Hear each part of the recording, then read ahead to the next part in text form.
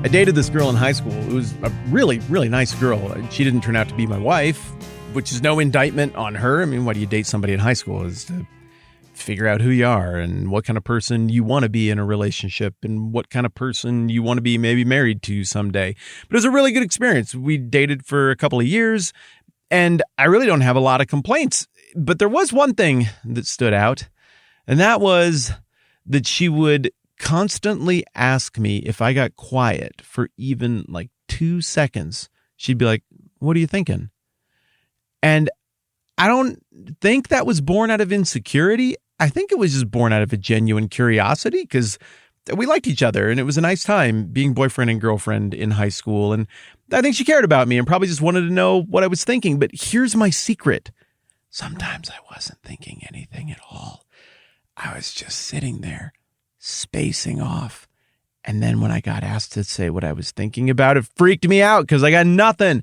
And I felt like I needed to make crap up and be like, "Oh, just how pretty you are." But really, I was thinking about literally nothing whatsoever. Again, I think that's born out of somebody just caring about another person and really being interested in what's going on inside their head. Likewise, I think everybody who has any sense of belief in God or even some greater power at times is going to ask that question, what are you thinking, God? What are you doing here? What is the plan? What's next? And one of the beauties of Matthew chapter 17, I think, is that for just a minute here, we get a really clear look, not just physically at Jesus in his glory, but also we get a pretty clear look at what's going on inside the mind of God because he spells it right out. And so that's all I really want to look at today is a couple of things that we learn about what God is thinking in this passage. So Matthew chapter 17 is the transfiguration, and this has Peter and James and John, the brother of James, being led up to a high mountain by Jesus just by themselves. And then after that in verse 2, it says, "There he, Jesus, was transfigured before them. His face shone like the sun, and his clothes became as white as the light. And just then appeared before them Moses and Elijah talking with Jesus. Peter said to Jesus, 'Lord, it's good for us to be here. If you wish, I'll put up 3 shelters, one for you, one for Moses, and one for Elijah.'" And this is the part where we start to get a look inside the mind of God. And while he was still speaking, a bright cloud enveloped them, and a voice from the cloud said, "This is my son whom I love. With him I am well pleased. Listen to him." Now, what God means exactly by this, I suppose, has a little bit to do with what prompted him to say this stuff. So we'll break that down in a second. But on the surface, we can clearly determine a few things from what God is saying here. Jesus is my son. So Peter just got done saying that you are the Christ, the Son of the living God in chapter 16. And now in chapter 17, it isn't just Jesus who's like, "Right on, Peter, you got that one right." It is God who reiterates this. This is my son. And I suppose a natural next question one could ask would be like, how's it going between the two of you? Are you tight?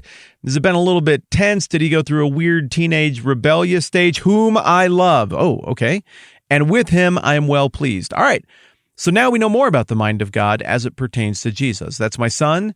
I love him. He's doing exactly the stuff that I want him to do. So in other words, if you are a fan of me, God, the maker and sustainer of all of existence and all things, then you should be a fan of him because I am a fan of him. And then he goes on to say, listen to him.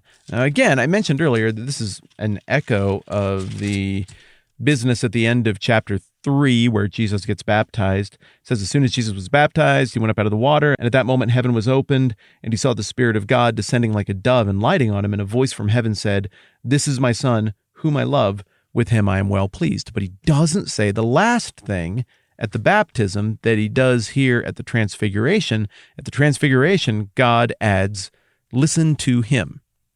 Now, in terms of our question for the day, which is, what are you thinking about, God? This is pretty self-explanatory, self-contained without any context, as we just broke down. But if we treat this as somehow a response to what Peter just did or suggested, then I think it reads a little bit differently. You'll notice that Peter's suggestion was to throw together 3 shelters for 3 guys. Like, oh man, you guys are like huge names. Well, I would even be prepared, paraphrases mine here toward Peter, to put Jesus on the same level as Moses and Elijah. Now, for you and me, as Christians after the fact, it's like, well, Jesus is the most important religious person of all religions ever in terms of historical influence, not just even Christianity. So yeah, of course Jesus ranks at the very, very top of the religion that has his name on it. I mean, come on, how hard is this? But think about Peter's world. The rock stars were Moses and Elijah, and what a huge jump this would be. I mean, Peter probably felt like, I am prepared to make you quite the offer. I am prepared to think of you as being on par with these other two guys. Let's make a shelter for everybody. Jesus, you are right up there. I don't think it's a stretch at all to read it that way, which is really nice, and that's really good, but it's also really insufficient. Remember, what is Matthew trying to accomplish with this book? He is trying to convince the reader that Jesus is the Christ, the Messiah, the Son of God, the one who we've all been waiting for, the one who is the completion of all of the stuff in the Old Testament. He's trying to convince us that Jesus is the newer and greater Moses, making a new family of faith that transcends ethnic boundaries. He is the go-between between God and man. He's the perfect mediator between the two. He's the ultimate and complete Word of God, the Word of God in the flesh, far more than any other prophet who relayed stuff from God in the past. So no, Matthew is trying to convince us that Jesus is not on par with Moses and Elijah and all the stuff in the Old Testament. He's also not eliminating all of that. He's the completion of it. He's where the whole thing was always headed. It's understandable that Peter would not fully grasp those implications yet. It's like this.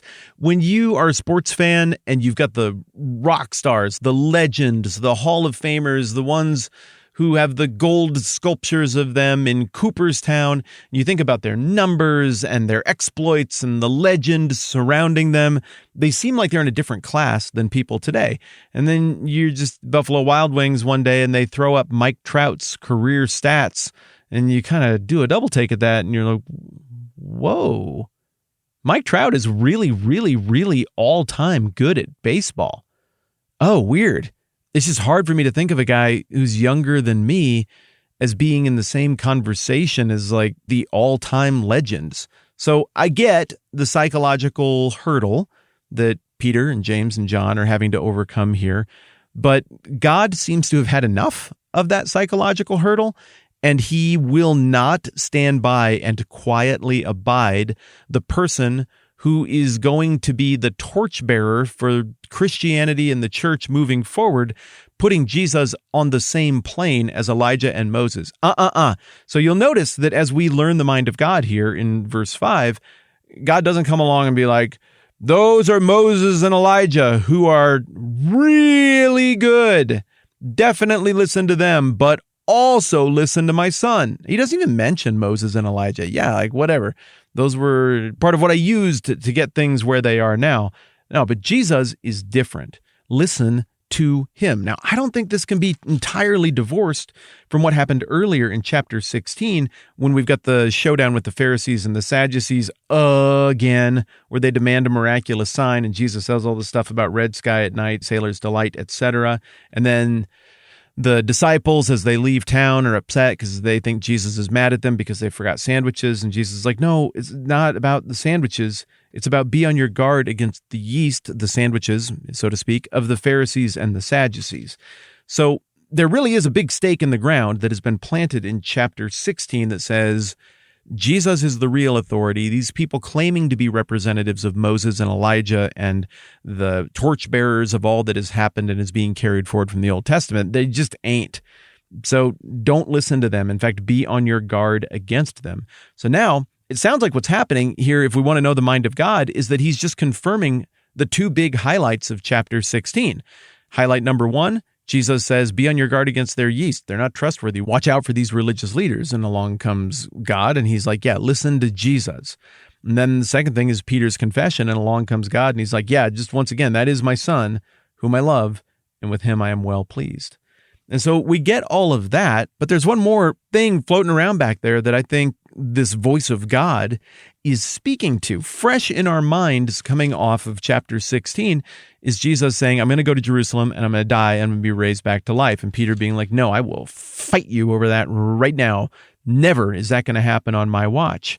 And that same well-intentioned but not getting itness is on display in the remarks Peter just made about making little equal shelters for everybody to be celebrated equally. And so it seems like here is the authoritative voice of God speaking. I mean, to whom? Does he need to say this to Moses and Elijah? I mean, God isn't talking to them. Moses and Elijah know what the deal is. Is he talking to Jesus? Like, Jesus probably is already pretty clear on his patronage and what his job is here. No, he's clearly talking to three guys, Peter, James, and John John didn't do anything. So I think the best way to read this is that God is talking to Peter. Enough with your dumb shelters. Just, this is my son. Listen to him. And then I picture like this space explosion, pulse of energy. It doesn't describe anything like that at all. That just levels everybody with the awesomeness of God. And they fall face down on the ground and they're terrified. So Peter's gone from like, let's build huts, to completely terrified, lay on the ground in the fetal position. And then Jesus comes and touches him. He says, get up, don't be afraid. And they look up and everybody's gone except for Jesus.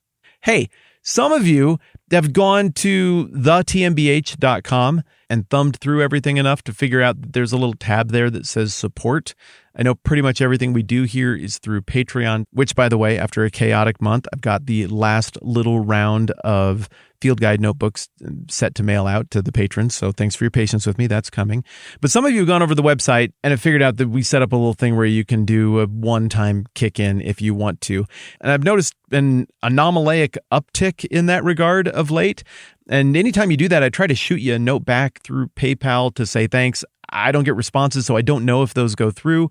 So, hey, if you didn't hear it from me before, those of you who've kicked in to support the program like that, thank you. You are awesome, and it's why I'm able to make this a thing that I do every day. So, all of you, thank you so much for supporting the program, and those of you who don't, that's cool too. Thank you for being here and talking about this stuff. I'm going to tap out right there. I'm Matt. This is the 10-Minute Bible Hour podcast. Let's do this again soon.